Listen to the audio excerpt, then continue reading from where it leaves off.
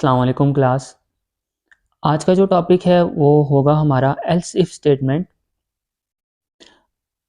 इसलिए दो टॉपिक हमने कवर किए थे, इफ़ और इफ़ एल्स। आज का जो हमारा टॉपिक होगा वो होगा else if statement. Decision control structure का तीसरा स्ट्रक्चर है ये एल्स इफ। बाकी दोनों स्ट्रक्चर जो हैं वो हमने पार्ट 1 में कवर कर लिए थे।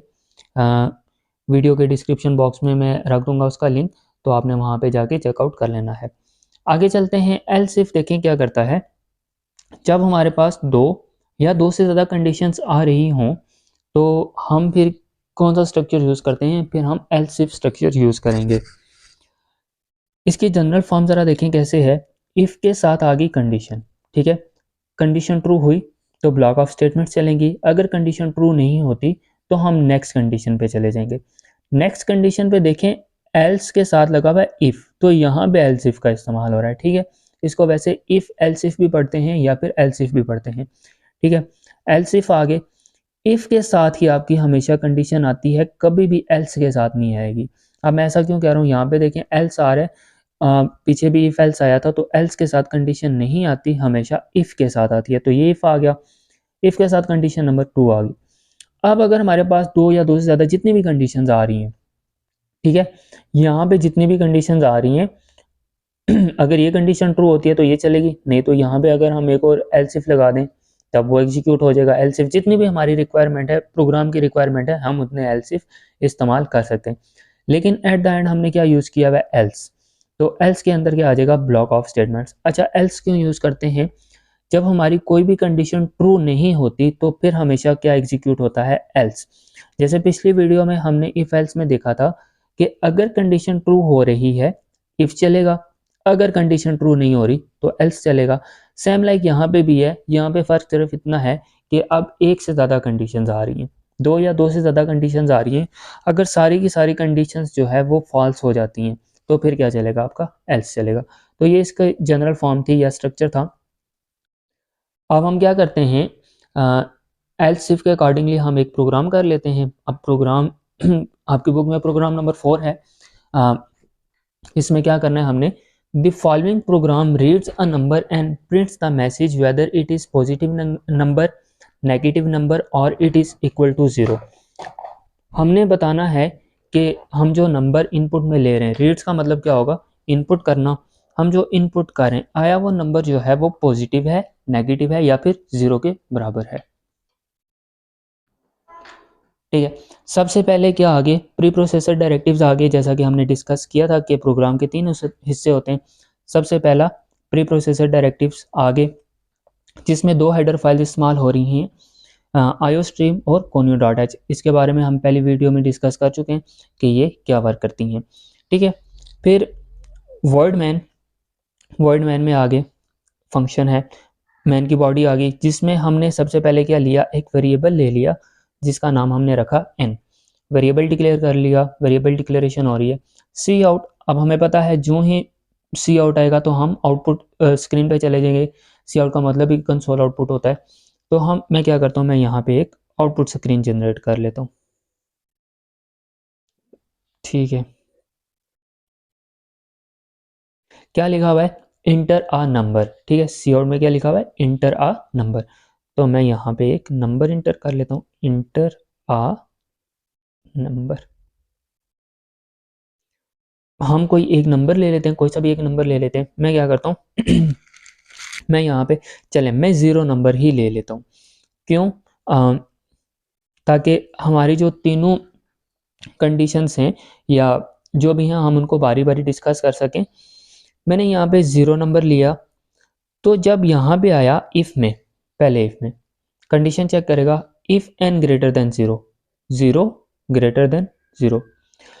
0 जो होता है वो 0 से बड़ा होता है, नहीं 0 तो 0 से बड़ा नहीं होता। अगर इक्वल होता तो इक्वल हम कर सकते थे, लेकिन 0 0 से बड़ा नहीं होता। तो इस केस में यहाँ पे इफ़ नहीं चलेगा। हम नेक्स्ट स्ट्रक्चर पे आ गए, एल्स इफ पे। इसमें देखा 0 लेस देन 0, 0 जो है वो लेस देन 0 भी नहीं होता, तो ये एल्स इफ भी नहीं चलेगा। तो हमने पीछे जब स्ट्रक्चर डिस्कस करे थे तो हमने क्या डिस्कस किया था कि जब कोई भी कंडीशन ट्रू नहीं होती तो फिर क्या चलता है, एल्स चलता है। तो एल्स में क्या लिखा हुआ है, C out N is equal to 0, और एन क्या है, एक वेरिएबल है और जिसमें वैल्यू क्या आ रही है, 0। तो कभी भी एन जो है वेरिएबल खुद नहीं आता बल्कि उसकी क्या आती है, वैल्यू, और एन में क्या पड़ा हुआ है, 0। 0 इज इक्वल टू 0, ये चीज़ आ गई। अब अगर हम यहाँ पे कोई और नंबर ले लें, चलें हम पॉजिटिव नंबर ले लेते हैं, 10 ले लेते हैं। मैं इसको क्या करता हूँ, मैं एक दफ़ा से ना इसको फिर से रिपीट करवाता हूँ। आइट्रेशन, सेकंड आइट्रेशन, इंटर आ नंबर सेम इस तरह आ जाएगा। मैं यहाँ पे क्या करता हूँ, 15 ले लेता हूँ, ठीक है। अब ये 15 कहाँ से आएगा, पहले ये लाइन चलेगी, इंटर आ नंबर, फिर सेम चलेगा। हमने सेकंड टाइम कितना ले लिया है, 15 ले लिया है। अब यहाँ पे चेकिंग होगी, 15 ग्रेटर देन 0। 15 जो है वो 0 से बड़ा होता है, बिल्कुल बड़ा होता है। तो हमारा जो पहला केस है वो ही ट्रू हो जाएगा इफ़ का, C out N is positive number. तो एन हमने कितना लिया हुआ था, 15 लिया हुआ था, तो यहाँ पे क्या आ जाएगा, 15 इज़ पॉजिटिव नंबर। तो अब जो है जब हमारे एक कंडीशन ट्रू हो जाती है तो बाकी जितनी भी कंडीशंस होती हैं वो एग्जीक्यूट नहीं होती, वो टर्मिनेट हो जाती हैं। तो अब एल्स इफ और एल्स दोनों नहीं चलेंगे। सेम लाइक अब आप इसकी थर्ड इटरेशन भी कर सकते हैं। अब आप खुद से वो इटरेशन करेंगे, उसमें क्या करेंगे, इंटर नंबर आप कोई सा भी एक नेगेटिव नंबर ले सकते हैं, -5, -6, -10, -15, कोई भी एक नेगेटिव नंबर आपने ले लिया। तो अब आप देखेंगे क्या वो -0 से ग्रेटर होता है, नहीं होता। नीचे आएंगे एल्स इफ में तो वो माइनस में चला जाएगा, तो कौन सी कंडीशन चलेगी, ये वाली, n is negative number. Next structure जो है वो है स्विच स्टेटमेंट। एल्स इफ और स्विच स्टेटमेंट दोनों सिमिलर हैं।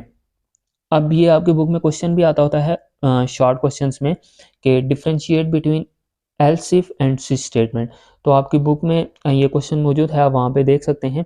तो इसमें डिफरेंशिएट क्यों आता है या ये दोनों एज सिमिलर क्यों हैं, क्योंकि इन दोनों में दो या दो से ज़्यादा कंडीशंस होती हैं। तो जब दो या दो से ज़्यादा कंडीशंस आ जाएं तो हमने क्या करना होता है, स्विच या फिर हम इस्तेमाल करते हैं एल्स इफ का। तो स्विच स्टेटमेंट देखते हैं कि इसकी जनरल फॉर्म क्या होती है। स्विच के साथ ना हमेशा यहाँ पे, ठीक है, जैसे इफ़ के साथ क्या आती थी, कंडीशन आती थी, तो इसके साथ यहाँ पे या तो एक्सप्रेशन आएगा या फिर वेरिएबल आएगा, दोनों में से कोई एक चीज़ आएगी। तो स्विच का थोड़ा सा स्ट्रक्चर जो है वो डिफरेंट है, इसमें केसेस आते हैं, case case case case 1 case 2। अच्छा यहाँ पे ना फिर वैल्यू आ जाएगी, कोई भी वैल्यू आ जाएगी जो हम मैच करेंगे। अभी हम प्रोग्राम में जाएंगे तो आपको बेहतर तरीके से समझ में आ जाएगी। तो फिर जैसे इफ़ के साथ ब्लॉक ऑफ स्टेटमेंट्स आती थी, यहाँ पे केस के साथ ब्लॉक ऑफ स्टेटमेंट्स आ रही हैं, और साथ में ब्रेक का एक कीवर्ड इस्तेमाल हो रहा है। ब्रेक का कीवर्ड क्या करेगा कि फॉर एग्जांपल हमारा केस कोई भी चलता है, तो फिर जब वो एग्जीक्यूट हो जाएगा तो ये बाकी सबको क्या कर देगा, टर्मिनेट कर देगा, ब्रेक कर देगा। फिर इसी तरह केस नंबर 2 आ गया हमारे पास, केस नंबर 3 आ गया, और फॉर एग्जांपल हमारे पास कोई भी केस एग्जीक्यूट नहीं होता। जैसे अभी हमने पिछले प्रोग्राम में किया था, इफ़ भी नहीं चल रहा था, एल्स इफ भी नहीं चल रहा था, तो क्या चल रहा था, एल्स चल रहा था। तो सेम इसी तरह अगर यहाँ पे हमारे प्रोग्राम में जितने भी केसेस होंगे अगर वो सारे के सारे एग्जीक्यूट नहीं होते तो फिर क्या चलेगा, फिर डिफ़ॉल्ट चलेगा। तो सेम ये एल्स इफ की तरह ही है कि अगर एल्स इफ के सारे केसेस नहीं चल रहे तो एल्स चलता था, अब यहाँ पे डिफ़ॉल्ट चलेगा। ये है इसका स्ट्रक्चर। अच्छा स्ट्रक्चर देख लें कि केस के आगे हमेशा क्या आएगा, कॉलन आएगा, कॉलन आएगा, कॉलन आएगा, और ब्लॉक ऑफ स्टेटमेंट्स के आगे हमेशा क्या आता है, सेमीकॉलन। तो ये आपने याद रख लेना है। फिर आगे देखें, इसके अकॉर्डिंगली हम एक प्रोग्राम करते हैं, और प्रोग्राम क्या है, the following program reads an integer between 1 to 7 that represents a day of week. हम क्या करेंगे, एक प्रोग्राम क्रिएट करेंगे जिसमें यूज़र क्या करेगा, कोई इंटीजर इनपुट करेगा जो कि होगा 1 से 7 के बीच में, 1 से 7 के दरमियान होगा, जो कि क्या करेगा, एक डे को रिप्रेजेंट कर होगा। For example 1 for Monday, 2 for Tuesday, 3 for Wednesday, ठीक है, इसी तरह आगे चलते जाएंगे। Starting from Monday it prints the name of the day based on the value of the day. तो जैसे अभी मैंने कहा कि अगर 1 आ रहा है तो मंडे उसको रिप्रेजेंट करना चाहिए, 6 आ रहा है तो सैटरडे, 7 आ रहा है तो संडे, कुछ इस तरह से, ठीक है। हम आ गए अपने प्रोग्राम पे। तो यहाँ पे देखें सबसे पहले प्रोग्राम में क्या आ रहा है, प्री प्रोसेसर डायरेक्टिव्स, जिसमें हेडर फाइल्स आ रही हैं, कौन सी 2 हेडर फाइल्स हैं, आईओस्ट्रीम और conio.h। मेन का फंक्शन स्टार्ट हुआ। मेन के फंक्शन में जब आए तो हमने क्या किया, हमने इंट ए एक वेरिएबल डिक्लेयर किया जिसका नाम हमने रखा ए, क्योंकि हमने कौन सी डेटा टाइप इंटीजर्स इंटर करने थे ना, नंबर्स इंटर करने थे, उनकी बेस पे हमने करना था। तो हमने एक वेरिएबल बनाया इंट ए के नाम से बना दिया जिसकी डेटा टाइप इंट थी। अच्छा, जो ही सी आउट आया तो हमें पता चल गया कि हमने क्या करना है, स्क्रीन पे चले जाना है।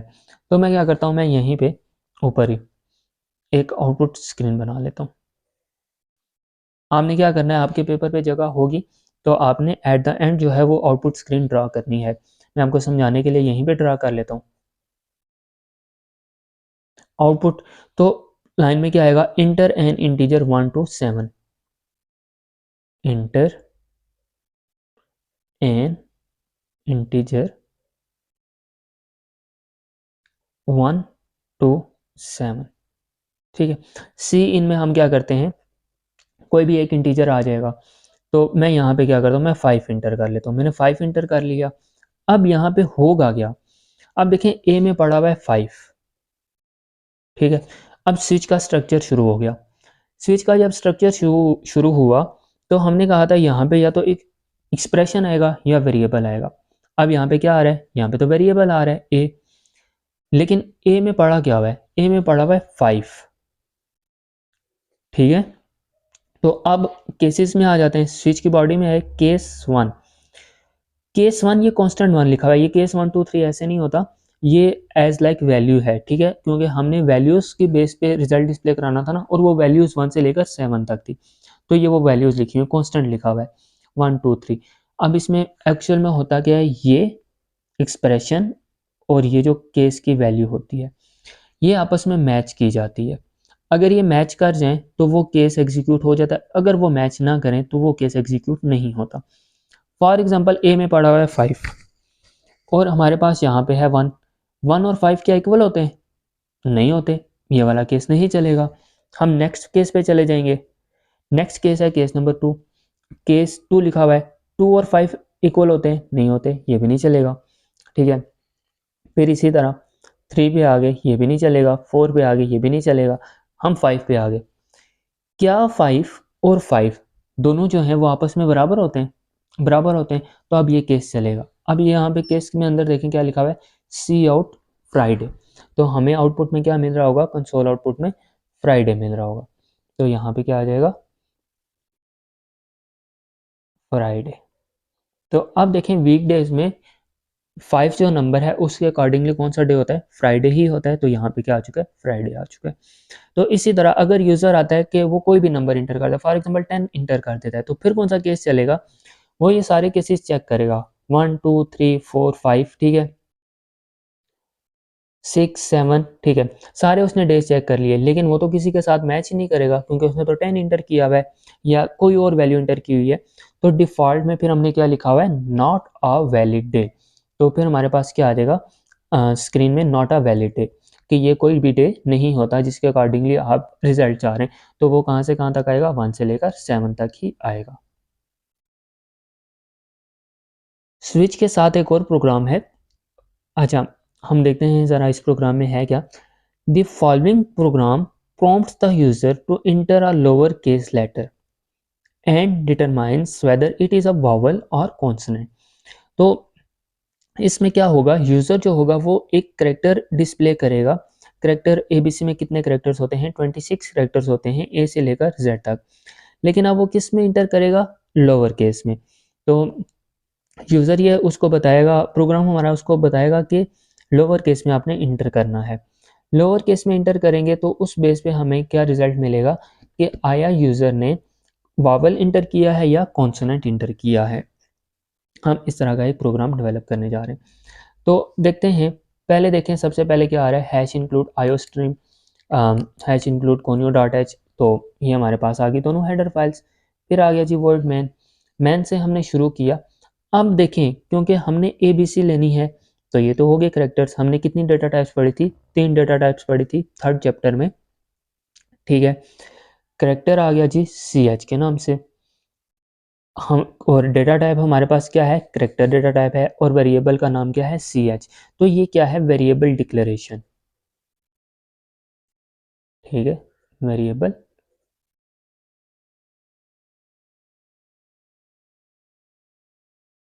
तो हम पहले क्या करते थे, हम जितने भी वेरिएबल बनाते थे वो इंटीजर डेटा टाइप के बनाते थे, क्योंकि हमने नंबर्स लेने होते थे। अब यहाँ पे हम क्या कर रहे हैं, हम करेक्टर डेटा टाइप की ले रहे हैं। तो डेटा टाइप्स 3 तरह की हम यूज़ कर रहे हैं फ़िलहाल के लिए, इंट, करेक्टर और फ्लोट। तो यहाँ पे हमने करेक्टर डेटा टाइप रखी हुई है। सी आउट जो ही आया, तो अब हमें पता है सी आउट जो ही आएगा हम कहाँ पे चले जाएंगे, आउटपुट स्क्रीन पे चले जाएंगे। तो सी आउट में क्या लिखा हुआ है, inter a lower case letter. आपने क्या करना है जी, लोअर केस लेटर इंटर करना है। तो हम कोई सा भी लोअर केस लेटर इंटर कर लेते हैं। तो मैं क्या करता हूँ, मैं यहीं पे ना आ, बना लेता हूँ आउटपुट अपनी। तो आपने क्या करना है, आपका प्रोग्राम जहाँ पे ख़त्म हो रहा होगा एंड पे, ठीक है, आपने वहाँ पे ड्रा करनी है। यहाँ पे समझाने के लिए मैं जस्ट यहाँ पे ड्रा कर रहा हूँ।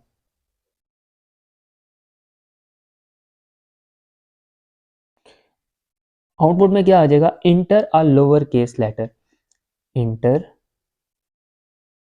आ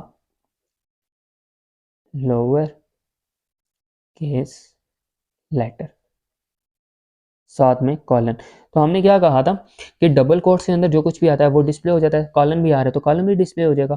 तो सीन में आएंगे हम, यहाँ पे करेक्टर डिस्प्ले हो रहा है, तो हम यहाँ पे कोई भी एक करेक्टर ले लेते हैं। फॉर एग्जांपल मैंने क्या कर लिया, मैंने z इंटर कर लिया, ठीक है, स्मॉल z। तो यहाँ पे क्या आ जाएगा, स्मॉल z आ जाएगा, हमने इंटर कर लिया। अब स्विच में आए, तो स्विच का केस तो आपको पता है, एक प्रोग्राम आप करके आ चुके हैं। तो आप देखें करेक्टर में वैल्यू क्या आ रही थी जी, करेक्टर में वैल्यू आ रही है स्मॉल z। तो अब केसेस आ गए, जब केसेस आए तो केस में क्या लिखा हुआ है, ए ई, मुख्तलिफ केसेस बने हुए हैं।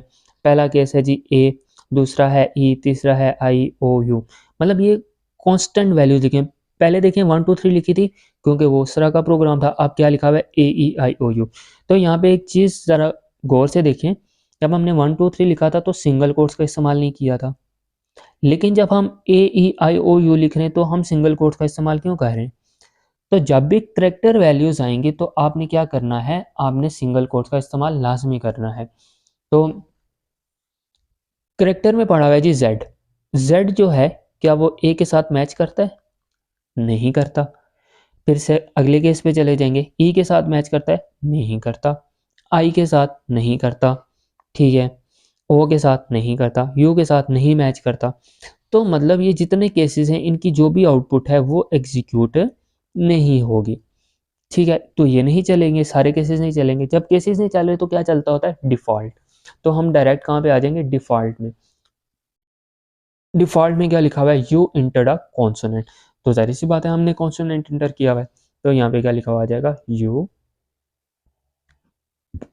इंटर्ड अ कॉन्सोनेंट।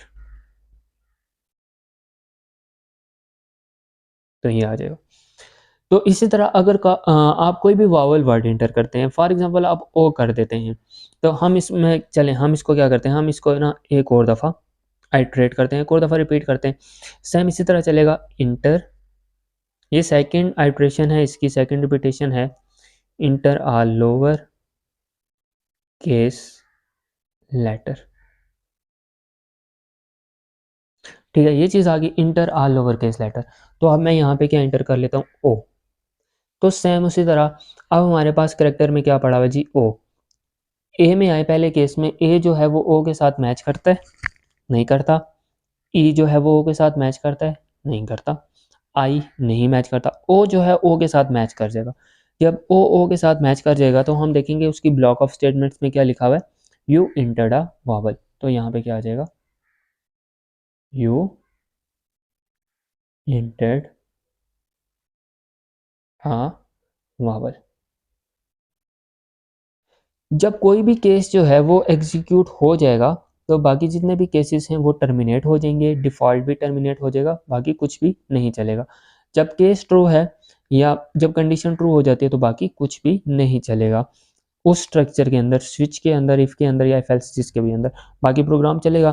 तो जब ये ट्रू हो जाएगा तो स्विच का केस ख़त्म हो जाएगा यहाँ से, तो फिर हम डायरेक्ट किस पे आ जाएंगे, गेट कैरेक्टर पे आ जाएंगे, और इसके बाद कुछ भी नहीं है तो प्रोग्राम हमारा एंड हो जाएगा। इस चैप्टर से रिलेटेड जितने भी वीडियोस हैं हमने इफ़ और इफ़ एल्स पार्ट नंबर 1 में कवर की थी, तो वो मैं रख दूंगा डिस्क्रिप्शन बॉक्स में, तो वहाँ पे जाके आप चेकआउट कर सकते हैं। Thank you.